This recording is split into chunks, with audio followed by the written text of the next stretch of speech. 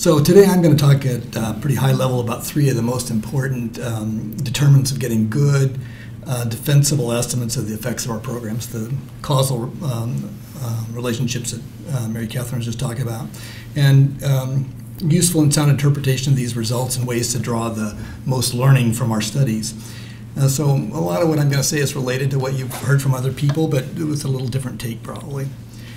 So there are three factors that are critical to producing strong evidence. First, you have to make sure that we design our programs in a way that enables us to tease out the effects of the key components or ingredients of the intervention. You've heard this from the most, and several of the other speakers have talked about that.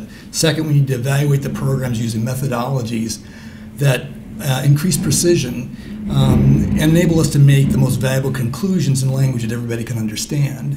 And third, we need to synthesize our qualitative and quantitative data in a manner that helps us understand what home visiting actions drive improvements to, in the end goal outcomes, regardless of whether the overall model is effective or not.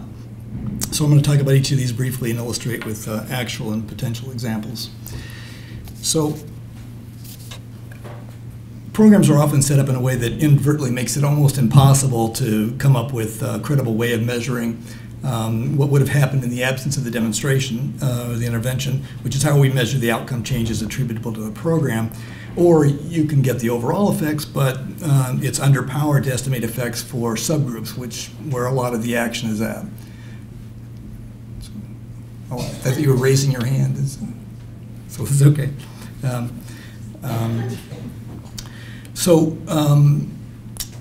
Finally, the models differ, as you've heard, on so many different dimensions or ingredients that we can't tell what intervention really or component really matters.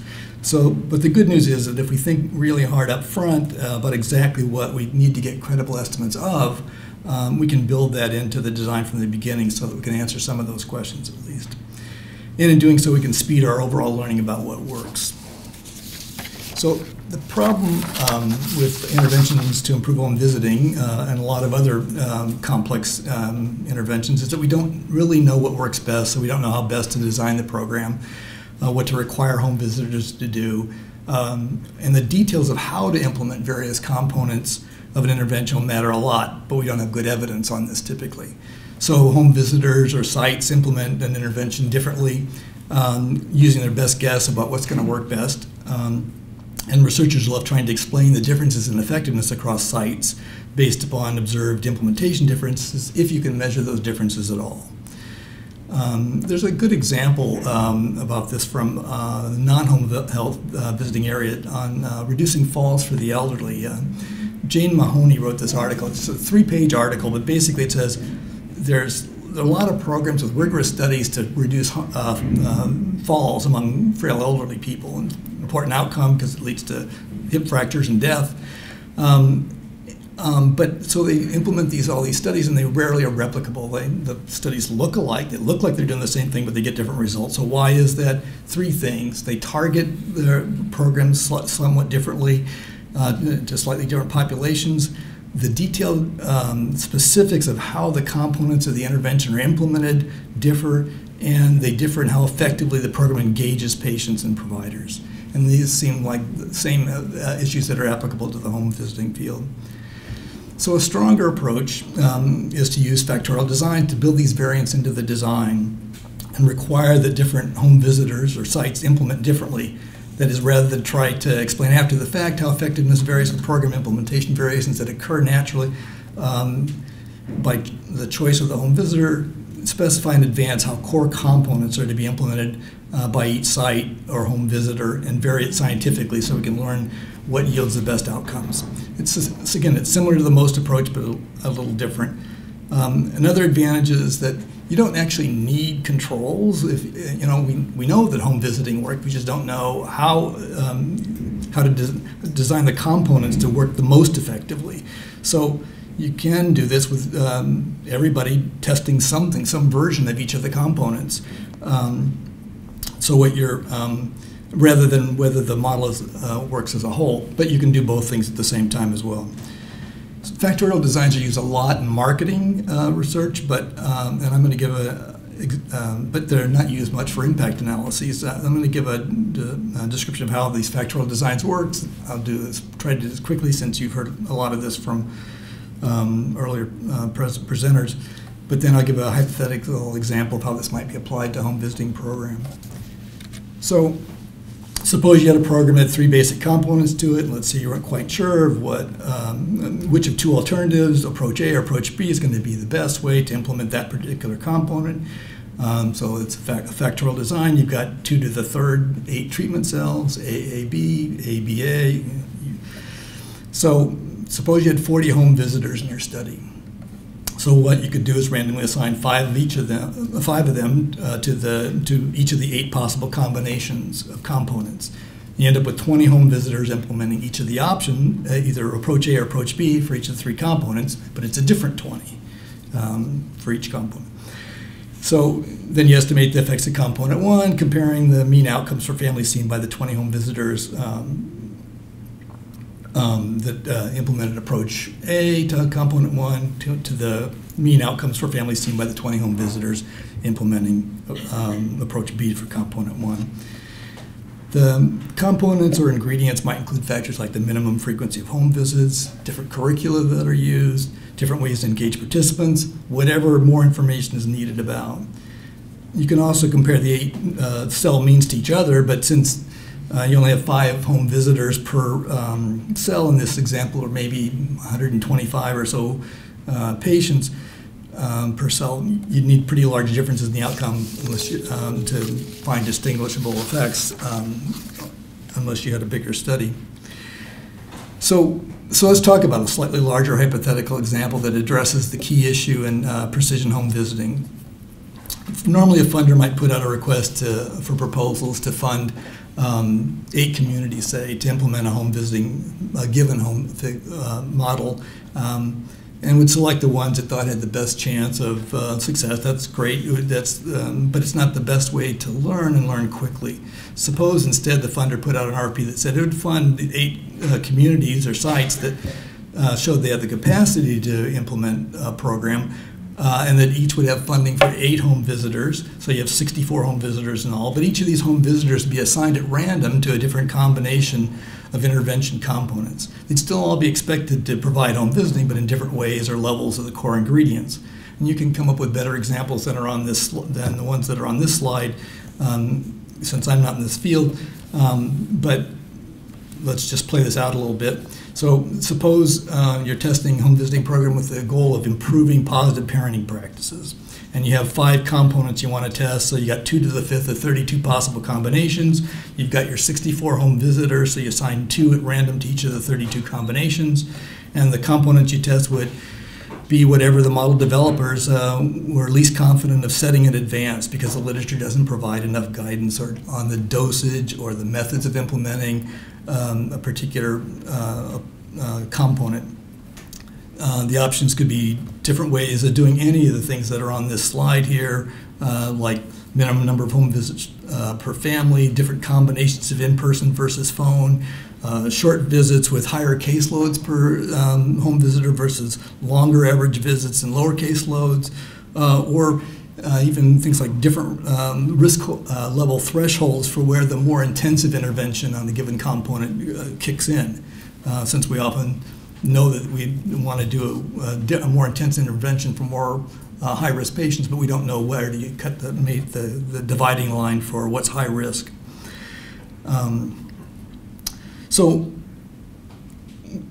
Like nearly every other field with complex interventions, sites and home visitors don't know what will work best in different situations for different families with different needs, but they do have opinions about what they wish they had more information about. So the first step would, this is taking a page from previous presenters, I think the first step is to get a group of home visitors together to specify what they feel they need to know about the best ways to accomplish the goals of a particular home visiting program, and to get them to talk about the barriers to achieving these goals and the options they see for overcoming them. And then design the study options to which the home visitors or sites would be randomly assigned around that express set of needs for information from the people that are going to be doing it. Then you can estimate the effects of the model these various components with a regression model using individual or family level data to see how the results differ with family characteristics or with home visitor characteristics. So there are 5 advantages of these kinds of designs over conventional model designs. Factorial designs offer the best option for rigorous evaluation and rapid learning about optimal combinations of intervention components. You don't have to test one fixed model after another after another. So here's the key, and the key is that the approach shifts the basic question from does this model work to how can we design this model to work optimally for our target families. We know home visiting can help families. What we don't know is how to maximize those effects by specifying program components in the best way. The third advantage of these factorial designs is that you can facilitate a more collaborative approach with the home visitors to establish acceptable trade-offs that don't discourage participation or treat them as second-class citizens in the process, but rather they're integral parts of it. This is like Mary Catherine was saying about getting their created input. So there's another really important point, and that's while factorial designs are what the most approach promotes, the use of efficient orthogonal designs allows you to test a lot of variations in a single study without adding more participants or home visitors. There are algorithms that will show you what intervention cells to define so that you can identify at least the first and second order effects of a large number of ingredients without having enough observations on enough home visitors to fill all the possible cells. So again, this is a faster way to get to knowledge about what seems to work. And finally, they let us figure out what combination of components work best in different situations and for different families. So there are a couple of important challenges to orthogonal designs, though. The first is that you have to have enough home visitors to be able to capture meaningful differences in outcomes. That is, enough statistical power. You don't need enough in every cell, or a lot in every cell, since you don't need to identify the fifth-order interactions. Usually, once you get beyond second-order interactions, those additional effects are small and hard to understand in any case. But you need a large enough number of home visitors so that when you're comparing half of them to the other half, that you have an adequate precision. You can do it with less, but then you have to do things like vary the default intervention provided by a given home visitor for different families at random chosen within their caseload, and that would be confusing to implement. So you try to avoid that problem. The second problem is that when you develop the ingredients or components that you're going to test in your study, you need to make sure that these are ingredients that you and the home visitors are willing to have dictated. Home visitors like nurses in the care coordination models that I'm more familiar with will and should use their professional judgment and their experience with the family over time to decide how to educate or motivate or help a particular family. So, but it may be fine to set things like a minimum number of visits or vary the risk threshold that triggers the more intensive intervention or a particular set of educational materials to be provided, but maybe not specifying certain things that would compel a home visitor to override their judgment about what to do in a particular situation. So it's tricky, and that's why you need the home visitors involved in the design of the thing. All right, so let's turn to the second focus for improving the evidence base, which is improving our impact analyses in conventional studies, although there would also be applicable to factorial design studies. The usual approach to estimating program effects is you estimate a regression model to compare outcomes for the treatment group to those of a comparison group, and then you test this null hypothesis of no effect at the 0.05 significance level. And there are a couple big problems with that approach. First is lack of precision. Effective programs may not be found to have statistically significant estimates of effects, the type 2 errors, not just type 1 that you have to worry about, unless the effects are really large or the sample is huge. And that goes double for identifying important differences across subgroups. And that's what we're trying to do with this precision home visiting, I think, is figure out what groups would benefit most from particular interventions. The second problem is that conventional analysis and hypothesis testing doesn't give policymakers the type of information they need. It leads to what we call the tyranny of the t-statistic. Journals and some others tend to rely heavily on p-values to conclude this thumbs up, thumbs down decision about whether a program works or not, even though the American Statistical Association about a year ago put out something that said that's a really bad idea, in case you didn't already know that, because it's still being done. And other statisticians have shown that if you focus on statistically significant estimates, just those, you're going to commit a non-trivial number of inferential errors. They're called type M and type S errors. Type M errors are errors of magnitude, meaning that if you focus on just the statistically significant ones, that's going to be an overstatement of what the true size of the effect is. And type S errors are sign errors, meaning that if the true effects are likely to be modest, like a lot of the ones in home visiting are, there's a non-trivial probability that you'll get a statistically significant estimate of the wrong sign, the opposite side of the true effect, if you have small underpowered studies.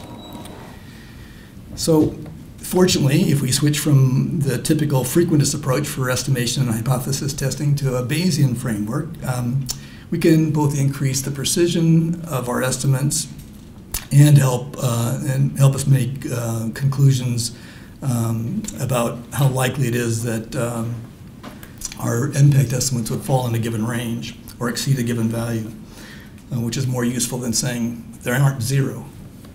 And we can increase Bayesian analysis increases precision through shrinkage estimators, hierarchical linear models, random effects models, and by borrowing strength across program sites, time periods, outcome measures, subgroups, other studies, all of in the goal of reducing the variance, increasing the power for the estimates of effects of individual sites or time periods or outcomes or subgroups.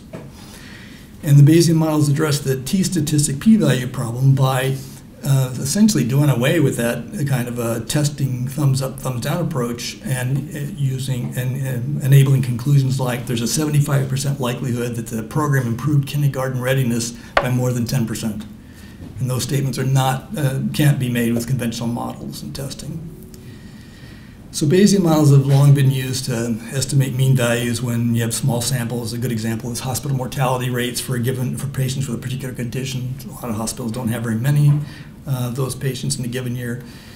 And you could greatly enhance impact estimates as well, but it's rarely used. And in part that's because the computational requirements are pretty intense for these complex evaluations but those problems with computation have been recently overcome, so it's a lot more possible to estimate models now than they used to be.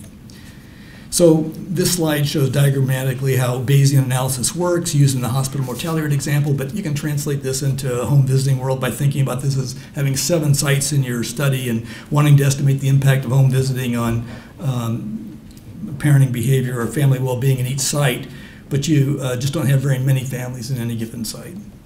So the Bayesian approach allows the researcher to draw strength from the overall estimate to get better estimates for an individual program site that's going to be closer to the true value over a long period of time.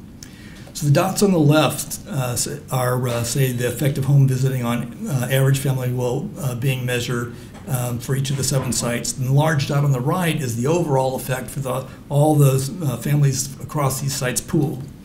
The size of the dot represents the sample size or precision of the estimates in the site.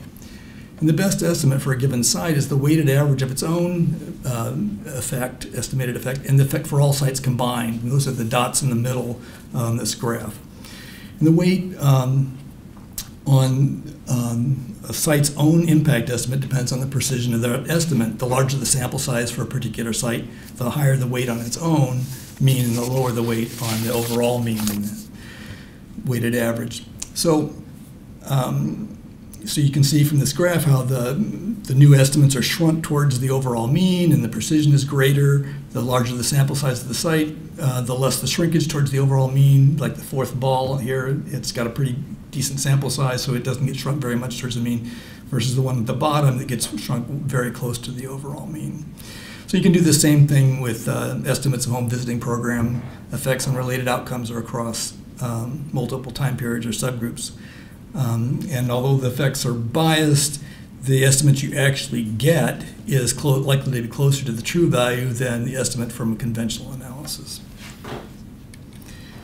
So this slide gives an illustration of what one can generate from program impact estimates from Bayesian models. This comes from a study that we did for CMS on primary care redesign. They wanted to know the probability that this large program they funded to transform how physician practice and deliver primary care improved quality and lowered cost. And they wanted results for each of the 7 regions. There were like 75 practices in each region. But the precision for individual regions was limited, so the estimate for a given quarter in this slide comes from it drew strength from other quarters for the same region and from the program-wide estimates for the quarter. So CMS wanted to know the likelihood that the program was reducing Medicare costs, but they also wanted to know the likelihood that the savings covered the cost of the program, which was about $20 per member per month, or about, I don't know, about 2.5%, I guess, of the overall mean cost for the Medicare beneficiaries in the study. So the green area, so there's a lot of stuff on this slide. Just look at the one, Ohio, that's the third from the end there. The green area shows the probability that exceeding $20 that is generating net savings. And the yellow part shows the probability that gross savings were greater than 0 but less than 20, and the red area shows the probability that the gross cost actually increased for each of 4 quarters. So if you look at the results for Ohio in that third to last box, you can see that in quarter 4, the yellow portion shows there's about a 70% probability of some savings, but less than $20. And the green portion shows there's about a 20% probability that the savings are big enough to cover the cost. The red area shows about a 10% chance that the gross cost actually went up, not down. So finally, there's still going to be unplanned variation across sites or home visitors and how the program's implemented. And it's going to be true whether you have a conventional study or factorial or orthogonal design. There's still going to be some unplanned variation. So we want to be able to explain what facilitates or inhibits program success. If researchers can measure this unplanned variation in implementation, they can associate this variation with outcome improvements. And that analysis uses only the treatment group. It's not causal, it's exploratory, but it could lead to improved models and tests of ways to achieve desired outcomes. So some examples of this, these kinds of features in home visiting might be how information is delivered to families, the extent to which strong bonds are formed between the home visitor and the family, and you can see how these features are associated with improvements in parents' behaviors or knowledge that they're trying to influence. And you want to do this regardless of whether the program overall is effective, because you maximize learning by seeing if some sites or home visitors implement the intervention in different ways that seem to be associated with greater outcome improvement than other sites. So this slide gives another example from the CPC program evaluation to illustrate this kind of approach. The program objective was to reduce costs by transform and improve quality by improving how primary care is delivered. Whether or not the program was successful, we needed to know what changes induced by the initiative, and there were a whole bunch of them they were trying to change, associated with improved practice outcomes. So we used the treatment group practices. There are practice level changes in hospitalization rates as the dependent variable over a 2-year period between baseline and 2 years later to see whether that was associated with changes over the same period in 38 measures of how they delivered primary care. And for about a third of these features, we found pretty strong linkages between improvements in the care delivery feature and reduced hospitalization for that practice's patients. And like George found, the effects were concentrated in practices that were ones where the baseline hospitalization rates were in the upper third. So there are a couple of challenges for using this approach for home visiting. First, having enough sites or home visitors to do this type of regression analysis, and the second is getting this detailed information on how home visiting is delivered, which maybe you can get from surveys of the patients, of the families served, or the surveys of the home visitors, or the program site directors. But I understand that's a problem, getting that kind of information on how home visiting is delivered. For studies with relatively few program sites, you may have to do, probably have to do something different. You can't do these regressions. You don't have nearly enough observations. But one of the approaches that we took that seemed to work was we had 11 sites in the care coordination study, and each one had random assignment, and 4 of them were successful, 7 were not. But we had detailed information on how they implemented their care coordination programs, and we found 6 factors that virtually all of the 4 successful ones had, 3 or 4 of them, and 1 or none of the 7 unsuccessful ones had. So it seemed like a pretty clear distinction between factors that seem to be associated with effects, favorable effects. So just to sum up, we need to design studies more creatively, estimate them more efficiently, interpret the results more usefully, and link care delivery differences to outcome improvements, and have more meetings like this where we can share ideas about how to do this stuff. Thank you.